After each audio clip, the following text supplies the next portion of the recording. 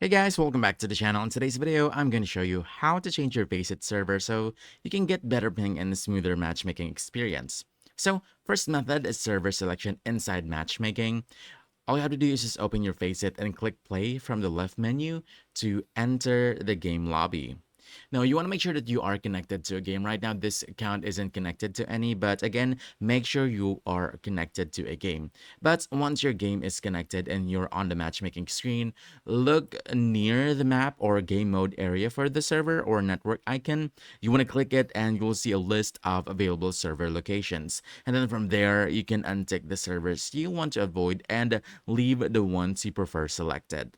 Just make sure you keep the minimum required number of servers enabled, and after that, close the menu and queue normally.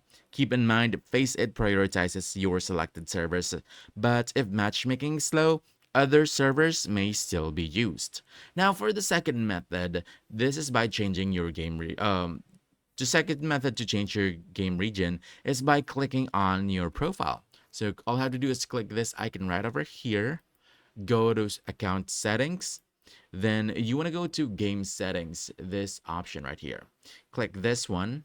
Now, if your game is already added, you'll see a region option next to it. You want to click the drop down, choose your preferred region, and confirm the change. This updates your default region for matchmaking. Now, if you don't see these options or can change your region, you can contact Faceit support by going to your profile again. Then from here, there's an option for you to click support or reach support right over here and file a ticket. And organized matches with bad paying admins can sometimes reassign the match to a better server. And that's it.